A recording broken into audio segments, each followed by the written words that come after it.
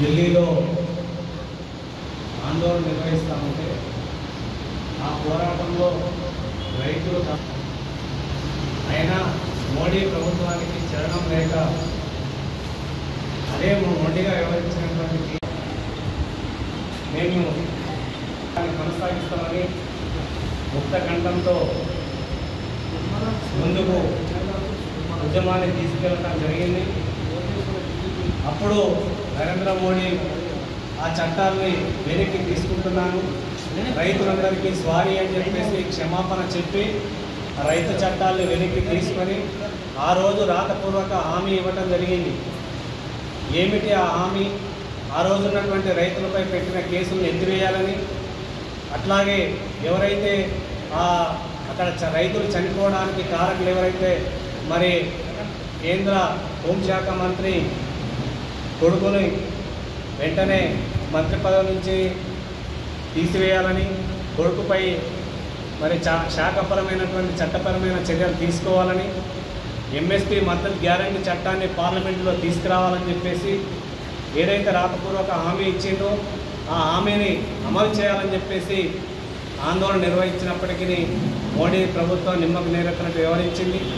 పైగా మన తెలంగాణ రాష్ట్రంలో కూడా ఇంకా తెలంగాణ వ్యాప్తంగా బలపడాలని చెప్పేసి బీజేపీ తహతహలు ఆడుతూ ఉంది. మన నిజామాబాద్కి సంబంధించి నిజామాబాద్ ఎంపీ ధర్మపురి అరవింద్ గారు మరి 5 సంవత్సరాల కిందట ఎన్నికల బాండు ఇస్తున్నా అని చెప్పేసి 100 రోజుల్లో పసుపు బోర్డు ఏర్పాటు చేస్తానని చెప్పి మరి 5 సంవత్సరాలు గడిచిపోయింది.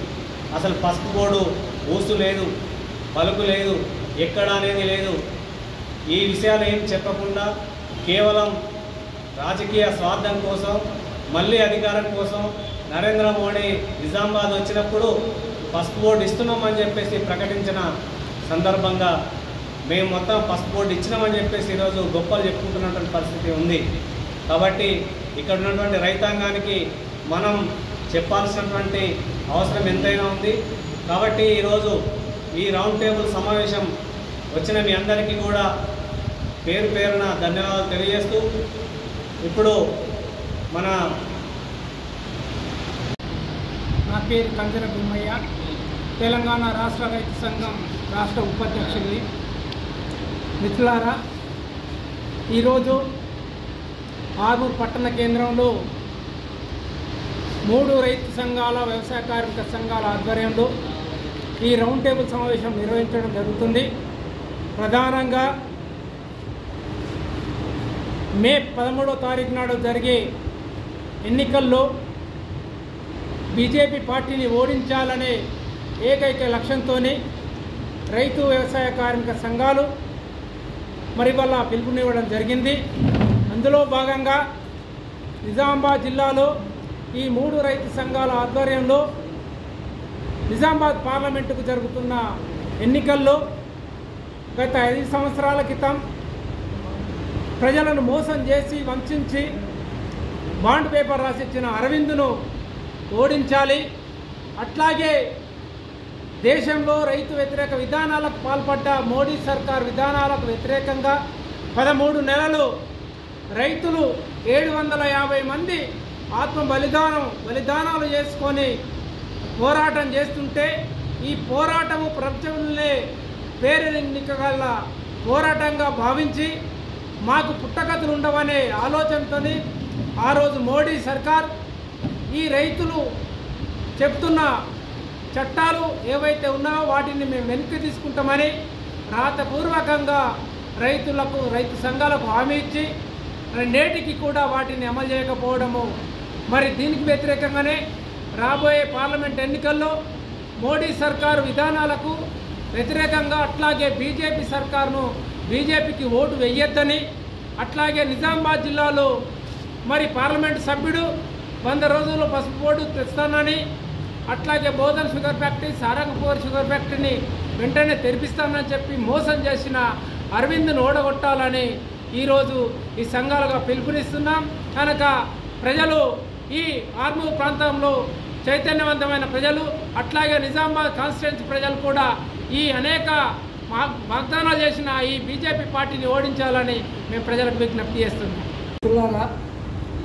భారత వ్యవసాయ రంగాన్ని బలిపీఠంపై నిలబెట్టినటువంటి బీజేపీ ఆర్ఎస్ఎస్ మతోన్మాద పార్టీని ఓడించాలని, అట్లాగే ఇండియా కూటమి అభ్యర్థుల్ని గెలిపించాలని, బలపరచాలని చెప్పేసి మా రైతు సంఘాలు, వ్యవసాయ కార్మిక సంఘాల తరఫున ఈ పార్లమెంటు నియోజకవర్గ ప్రజలకు, ఓటర్లకు విజ్ఞప్తి చేస్తూ ఉన్నాం. కారణం ఏమంటే, ప్రధానంగా ఏదైతే భూమిని నమ్ముకున్నటువంటి వ్యవసాయదారుల, వ్యవసాయ కూలీలందరినీ కూడా రోడ్డు మీదకి ఇచ్చినటువంటి బీజేపీ ప్రభుత్వం, నరేంద్ర మోడీ సర్కారు ఏదైతే రెక్కలు తప్ప ఇలాంటి ఆస్తులు లేనటువంటి రైతు కూలీల్ని భూముల నుంచి బేదాకాలు చేసి ఆ భూములన్నీ కూడా ఇవాళ ఆయన ఆశిత పెట్టుబడిదారులైనటువంటి ఆదాని అమ్మాయిలకు కట్టబెట్టే తీరును మేము ఇవాళ వ్యతిరేకిస్తున్నాం. ప్రజలు వ్యతిరేకిస్తున్నారు, రైతులు కూడా ఇవాళ దాన్ని ఆలోచిస్తున్నారు.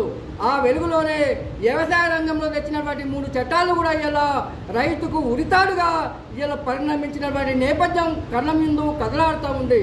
ఇట్లాంటి స్థితిలో ఇవాళ ఏ రైతు కూడా, ఏ ప్రజలు కూడా ఇవాళ మోడీకి ఓటేసే స్థితి లేదు. కానీ అదే వెలుగులో ఇవాళ వాళ్ళు జై శ్రీరామ్ అనే పేరుతోటి ఇలా ప్రజల దగ్గరికి వస్తున్నారు, మతం పేరుతో ప్రజల దగ్గరికి వస్తున్నారు. ఈ 10 ఏళ్లలో వాళ్ళు చేసిన అభివృద్ధి అంతా కూడా ఏమీ లేకపోగా ఇవాళ దాన్ని పట్టడానికి ఇలా మతాన్ని వాళ్ళు తీసుకొస్తున్నటువంటి తీరైతే ఏదైతే ఉందో అది దాన్ని వ్యతిరేకిస్తూ ఉన్నాం మేము. ఇవాళ జై శ్రీరామ్ అనేటువంటి పిలుపు ఏదైతే ఉందో, ఇవాళ ఇక్కడ శ్రీరాముడు లేదా ఇంకో గుడి ఏదైతే ఉందో ఇవాళ ఈయన తెచ్చింది కాదు. ప్రజలు ఎప్పటి నుంచో ఇలా వాళ్ళు మాట్లాడుకుంటున్నారు. మతం అనేది వ్యక్తిగతమైన విషయం. దాన్ని ఇలా ఓటర్లకు ఇలా దాన్ని ఎన్నికలకు వాడుకోవడం అనేది ఇలా ప్రజల్ని తప్పుదో పట్టించడం అనేది మేము భావిస్తూ ఉన్నాం. అందుకు దాన్ని వ్యతిరేకించాలి.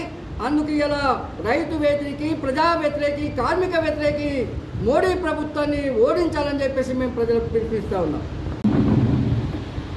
ఈరోజు మోడీ ప్రభుత్వం 10 సంవత్సరాల పాలనలో ఉన్నది. ఏ వర్గానికి ప్రయోజనం వాటిల్లలేదు. కానీ ఇద్దరికి మాత్రం అత్యంత ప్రాధాన్యత ఇచ్చి ప్రయోజనాలు కల్పించారు. అదే ఆదాని, అంబానీ. రైతులకు అన్యాయం చేయడమే కాకుండా అన్నం పెట్టేటువంటి రైతుని వెన్నుపోటు పొడిచినటువంటి ప్రధానమంత్రి ఎవరైనా ఉన్నారు అంటే నరేంద్ర మోడీ. 14 నెలల పాటు జరిగినటువంటి పోరాటం, భారతదేశంలో 4 పోరాటాలు, కీలకమైన రైతాంగ పోరాటాలు జరిగినాయి. ఒకటి పశ్చిమ బెంగాల్లో తెబాగా పోరాటం, మహారాష్ట్రలో వర్లి ఆదివాసుల పోరాటం, తెలంగాణ రైతాంగ సాయుధ పోరాటం నిజాం సర్కార్కు వ్యతిరేకంగా జరిగింది. ఆ తర్వాత మళ్ళీ మహారాష్ట్రలో చలో అసెంబ్లీ రైతాంగ పోరాటం కూడా జరిగింది. 800 కిలోమీటర్లు పాదయాత్రతో అసెంబ్లీ చుట్టుముట్టడం జరిగింది. ఆ తర్వాత ప్రపంచ ప్రఖ్యాతిగాంచినటువంటి రైతాంగ పోరాటం మొన్న జరిగినటువంటి ఢిల్లీ పోరాటమే. దాన్ని అణచివేసే ప్రయత్నం చేశారు, కుట్ర చేసే ప్రయత్నం చేశారు, అబద్ధం ప్రచారం చేసే ప్రయత్నం చేశారు. ఎన్ని చేసినా బాష్పాయులు కాల్చారు. కార్లతోటి మంత్రులు కూడా టక్కర్ చేసి చంపించినటువంటి పరిస్థితి కనపడ్డది. 750 మందిని పుట్టన పెట్టుకున్నటువంటి నరేంద్ర మోడీ, నీకు అన్నం తినే హక్కే లేదు. అన్నం పట్టించేటువంటి, అన్నం పంపిణీ చేసేటువంటి, పండించి పెట్టేటువంటి రైతాంగాన్ని వాళ్ళ పారాలు తీసినావు. అందుకోసం నీకు ఆ హక్కు లేదు. కాబట్టి రైతాంగ దేశమైనటువంటి మన భారతదేశంలో పరిపాలించే హక్కు కూడా నీకు లేదు. బీజేపీ అంటే భారతీయ జూటా పార్టీ, వేరే ఏం కాదు. మొత్తం అబద్ధాలే. లేచిన దగ్గర నుంచి అబద్ధాలే, పడుకునే దగ్గర నుంచి అబద్ధాలే. అంతేకాదు, దేవుణ్ణి కూడా, రాముణ్ణి కూడా రాజకీయంలోకి లాగుతూ ఉన్నారు. దేవుణ్ణి రాజకీయంలోకి రావడం ఉంది. అక్కడక్కడ తిరుగుతూ ఉన్నట్టు కనపడతా ఉంది. అరవింద్ గారు జై శ్రీరామ్ అని ఓటేయండి అని మొన్న ఉత్తరప్రదేశ్లో, మధ్యప్రదేశ్లో చూసినాం. కాంపిటేటివ్ ఎగ్జామినేషన్ రాస్తే జై శ్రీరామ్ అని రాసిన వాళ్ళకి ఫస్ట్ క్లాస్ మార్కులు వేసారు. ఇది ఎంత దుర్మార్గం. ఒకప్పుడు జర్మనీ ఫాసిస్టులు, నాజీలు ఫాసిస్టులు అని అన్నాం. నాజీలని మించినటువంటి ఫ్యాసిస్టుగా నరేంద్ర మోడీ తయారైనరు. ఇది నరేంద్ర మోడీ ఫ్యాసిజంలో భారతదేశం కొనసాగుతూ ఉంది. ఇంకొకసారి భారతదేశంలో నరేంద్ర మోడీ ప్రభుత్వం వస్తే భారత ప్రజలందరికీ మూడినట్లే. కాబట్టి రైతాంగం బాగుపడాలన్నా, కార్మిక వర్గం బాగుపడాలన్నా, వ్యవసాయ కూలీలు బాగుపడాలన్నా నరేంద్ర మోడీని వెనక్కి పంపాల్సిందే. ఎక్కడ చెప్పట్లేరు బీజేపీ పని చేసిందని చెప్పట్లేదు. బీజేపీ ఏం పని చేసిందో చెప్పకుండా నరేంద్ర మోడీని చూసి ఓటేయండి, ఆయన చరిష్మా బాగుంది భారతదేశంలో అని అంటూ ఉన్నారు. అన్ని అబద్ధాలు చెప్తున్నారు. కమ్యూనిస్టులతోటి పొత్తుగూడి అధికారంలోకి వస్తే రేపు మీ పుస్తలు కూడా గుంజుకొని అమ్మేస్తామని చెప్తా ఉన్నారు. అంటే దాని అర్థం ఏంది? పుస్తలు కూడా గుంజుకొని అమ్మేస్తారట. ప్రధానమంత్రి హోదాలో చెప్పిండా? ఇది మాత్రం నిజమని నేను అంటున్నాను. నరేంద్ర మోడీ భార్యకు పుస్తకట్టి పక్కకు వదిలేసినటువంటి వ్యక్తి ఆయన. భార్యకు భర్త పాత్ర పోషించినటువంటి వాడు కాదు, తల్లికి కొడుకు పాత్ర కూడా పోషించినటువంటి కాదు. అట్లాంటి ఆయన పరిపాలనలో మనం ఉంటున్నందుకు సిగ్గుపడాల్సిన అవసరం ఉంది. కాబట్టి ఈ ఎన్నికల్లో బేషరతుగా నరేంద్ర మోడీని, బీజేపీ ప్రభుత్వాన్ని చిత్తుగా ఓడించి భారతదేశాన్ని విముక్తులను చేయాలి. మతోన్మత కబంధాస్తాల నుంచి విముక్తులను చేయాలి, కాపాడుకోవాలి. ఒక లౌకిక రాజ్యాన్ని తీసుకొచ్చుకోవాలి, రైతాంగ రాజ్యాన్ని, కార్మిక రాజ్యాన్ని, కూలీ రాజ్యాంగాన్ని తీసుకొచ్చుకోవాలని చెప్పి ఈ రౌండ్ టేబుల్ సమావేశం ద్వారా పార్లమెంటు నియోజకవర్గ ప్రజలందరికీ విన్నవిస్తున్నాను. ఈరోజు రౌండ్ టేబుల్ సమావేశం ముఖ్య ఉద్దేశం రైతు సంఘాలు, వ్యవసాయ కార్మిక సంఘాల ఆధ్వర్యంలో రౌండ్ టేబుల్ సమావేశం జరుగుతూ ఉంది. ప్రధానంగా రైతు వ్యతిరేకి నరేంద్ర మోడీని ఈ ఎన్నికల్లో ఓడించాలని చెప్పేసి ఈ రౌండ్ టేబుల్ సమావేశం ద్వారా ప్రజలకు విజ్ఞప్తి చేస్తూ ఉన్నాం. ఎందుకనంటే ఈరోజు దేశ సంపద మొత్తం కార్పొరేట్లకు అప్పచెప్తూ ఉన్నారు. అందులో భాగంగానే ఈరోజు వ్యవసాయ రంగాన్ని కూడా కార్పొరేట్ శక్తులకు, అదాని, అంబానీ ఇట్లాంటి పెట్టుబడిదారులకు అప్పచెప్పాలని ప్రయత్నం చేస్తూ ఉన్నారు. దాంట్లో భాగమే ఇవాళ విత్తనాలు కానీ, ఎరువులు కానీ మొత్తం ధరలని కూడా పెంచేసి మరి రైతాంగాన్ని ఇవాళ నిట్ట నిలువున ముంచుతున్నటువంటి పరిస్థితి మనందరికీ తెలుసు. కాబట్టి ఈ రైతు వ్యతిరేక ఈ ప్రభుత్వాన్ని ఈ ఎన్నికల్లో మే 13న జరిగేటటువంటి ఎన్నికల్లో నిజామాబాద్ పార్లమెంటు స్థాయిలో మరి బీజేపీ అభ్యర్థిని చిత్తుగా ఓడించి మరి ఇండియా కూటమి అభ్యర్థిని గెలిపించాలని చెప్పేసి ఈ రౌండ్ టేబుల్ సమావేశం సందర్భంగా ప్రజలందరూ కూడా తెలియజేస్తారు.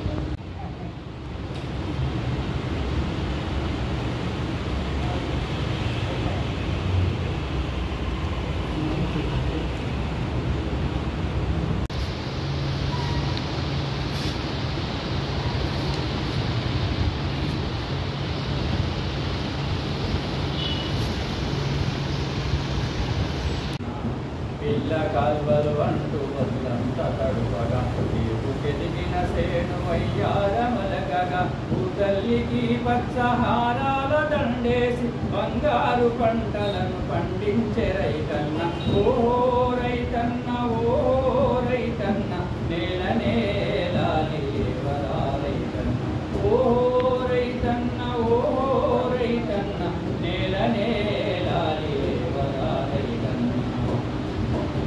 ఏ రైతు శ్రమటతో ఈ నేల గడిచెను, ఏ రైతు శ్రమటతో ఈ పైరు తీర్చెను, రైతు శ్రమ ఎరగని రాజ్యమే లేదురా,